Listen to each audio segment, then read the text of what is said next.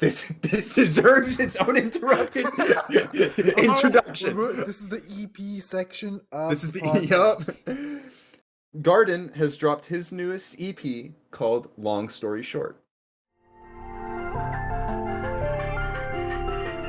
Make no mistakes, hear what I say. I hate myself. Oh shit, okay. I feel fucked up. This is, I An think, wow. Oh. I mean, it's revolutionary stuff. I'm coming out with the Excellent. hot takes, guys. I know. mean, it is revolutionary stuff, dude. I think this is my favorite EP ever. What? Okay. So, of all the people to hear that from, I did not expect it to be you. I mean, like, not of all the people here, right? If I had to pick somebody, but favorite EP ever? I think so. Tell me why. It's just, I You don't have know. been absorbed love by it, dude. the spell of Garden. Derek It's has in his and out wand quick. Like, casting a spell on Everything is mere so mortals. catchy. Okay. That's all. Trying to explain. I was just trying to make a funny joke. Poor homie. Poor homie. Poor Jacob's trying to explain his love for his favorite EP of all time, and Jake's like, I'm gonna let you finish, but I'll shut up now. Continue, Jacob, my king. This is making me the happiest I've been all night. I don't know. I think it's just lyrically, I love it. The way it sounds Mm-hmm. is amazing. It's quick and repeatable, I think, is the main thing. Yeah. Repeatable. You can just keep it going on over and over, and I don't get bored of it. I think that's got to be the main thing, actually, because I could listen to this forever. Like I've honestly listened to it forever. I think Mistakes is now my most played song of the year. I'm pretty sure. I think I said it was my most played song of the year like 2 days after this was released. Yeah. Which is insane. Which is like, that means I listened to it like 80 times in 1 or 2 days. Yeah. Yeah, I think I'm gonna highlight some stuff like in Light Work. I think my favorite line is this music is my obsession. I'll do this shit every day until I reach my ascension. And then it's like, and then where is it? He says something about like music is how I heal. I don't know. I can't even find it now. I know you got it. You've been doing it. Okay. I can't find it. You've got it. I believe in you. I want to echo your sentiment about light work and also say that I think that it's probably maybe the most mainstream in recent history that I think he sounded. You know, I get maybe almost Mac Miller-esque vibes from Lightwork more so than anything else I've heard from him. I think that in saying that, Lightwork is probably my least favorite song off the EP, but I've still listened to it like 80 times, and it's just incredible. I think Haunted is my least favorite. Okay, so Haunted's my favorite. So let's just say I love it, and I'll get into that later. But I want you to keep singing its praises because, like, for those of you listening, I'm the Garden fanboy here, and I got Jacob into it, and now he's listing this as his favorite EP of all time, and just the smile on my face right now is like I'm unmitigated serotonin. So the more praises he sings, the happier I get. No pressure. I found the lyric and then like, Go for it. Go for it. I won't ever take a break because the music's how I heal. And then I ain't ever had my doubts. That's how you know that it's real. So it is. Somebody just horn in the honk a car. Way to interrupt the very intense I think like passion. that line, like I won't ever take a break because music's how I heal. It's like me too, man. Me too.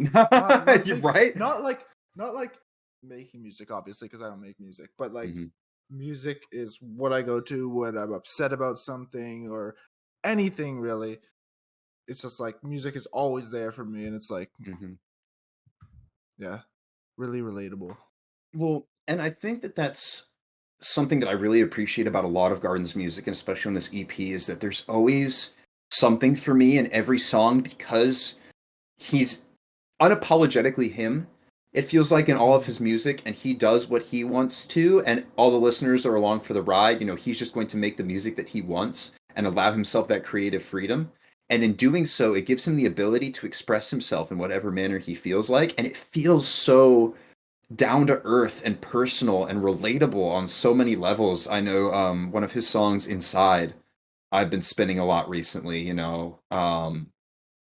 Just there's it feels like every era of the music that he puts out and whatever he focuses on, because I've been listening to him for what I think six years now.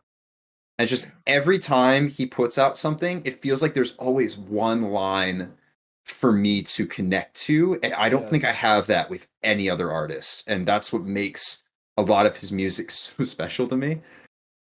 I want to talk about Mistakes real quick. And I want you more so to talk about Mistakes. Can we talk about how fucking fire that beat is? Yeah. With the piano? That's actually, what was it? Earthist, right? Mm-hmm. The piano, like when I first heard the Earthist song, I was like, this sounds like Mistakes. And Yeah. But it's, I think the beat is what carries the song for me, as well as the fucking depressing lyrics. Mm-hmm. And I've mentioned this before, but I think it's amazing how he can sound so bored yet emotional at the same time. Yeah, it's crazy, right? No, it's you know, we had whatever phrase I coined before. I'm gonna say emotionally apathetic for this one. Right? Like he cares and he doesn't, and it's there's nobody else doing it like him. I don't think. I can't think of another artist that manages to convey that sort of, I guess, emotion would be a way to put it, or lack thereof.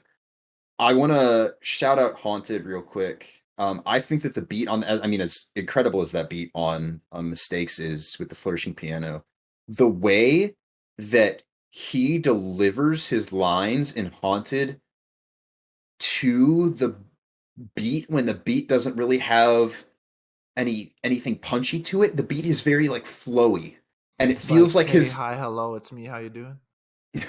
yeah, exactly like that. But that in the same way that the beat just kind of feels like a wave kind of swaying back and forth, his vocal delivery like sways along with it. So it just feels like one where you close your eyes, like lean back in your chair and like kind of sway side to side a little bit. Like you can do it perfectly in tandem with the way that he's delivering the lyrics. And then I wanted to, speaking of the lyrics in that, let's see, where is it? Am I really here? Am I not? Is there anywhere that I ought to be? I ain't trying to stay here with these oddities, and honestly, it's kind of getting hard to breathe and hard to speak when barred with teeth, my tongue sitting in my mouth, but it's hard to speak. I'll fall asleep with every fragment haunting me. My dreams turn into nightmares when they're calling me. And, you know, I guess my interpretation of this song is that you're in your own head. You know, like he says in, I guess would be the chorus, is tripping over every thought. This ain't ever what you want, talking about like, you know, you don't want to be in your own head, but your head is a place that's haunted with bad thoughts and thinking too much. Dove into the lyrics of this song, but now that you're like telling me about it, it's like I didn't even realize like the house is haunted is about his head. I mean, it could not be. I could be entirely wrong, but that's the way that I interpret it. It makes sense. It makes sense. Yeah, I just also think something interesting that I found is this sounds more produced than what I normally hear from him. I could be wrong. And that threw me off at the beginning. And I was like, oh, I like it when it sounds more like raw. Yeah. But it grew on me very quickly. Yeah, I think it might just be maybe who he got his beats from or who's been producing it. I don't know if he I think I can't remember if he's self-producing the album or if he got help and outsourced it. I know some of the beats have been from this producer called Pokédex, and I don't know if they're also because I know he made like beats before he started getting into like emo rap and eventually, to the place where we are today. So I don't know if he's making his own beats here. I know there's there's a call out or a producer tag in Mistake. So I know I didn't do that one, but yeah, either way, it does sound a lot more crisp and clean and produced than a lot of his normal stuff, but in saying that, like you said, it didn't take me long to get used to it at all, and I love this equally as much as the rest of his music. I mean, I think I'm at like 70 or 80 liked songs by him at this point, and like I in a year, we've discussed it multiple times, but in a year where it feels like EPs have been few and far between, and the ones that have come out, there have been a few, Diamonds in the Rough, but the rest have been kind of like or whatever. This to me is a huge shining star that, Yes. like you said, because it's so easily replayable, and the three songs all feel like they're cohesive. It's all uniquely Garden, but they all sound so different and have different vibes to them. It makes it so easy to just go back and listen to over and over again and not feel like you're getting bored with it. You can have it actively listening to it. You can have it in the background doing whatever you're doing at the time, working, out, shopping, whatever.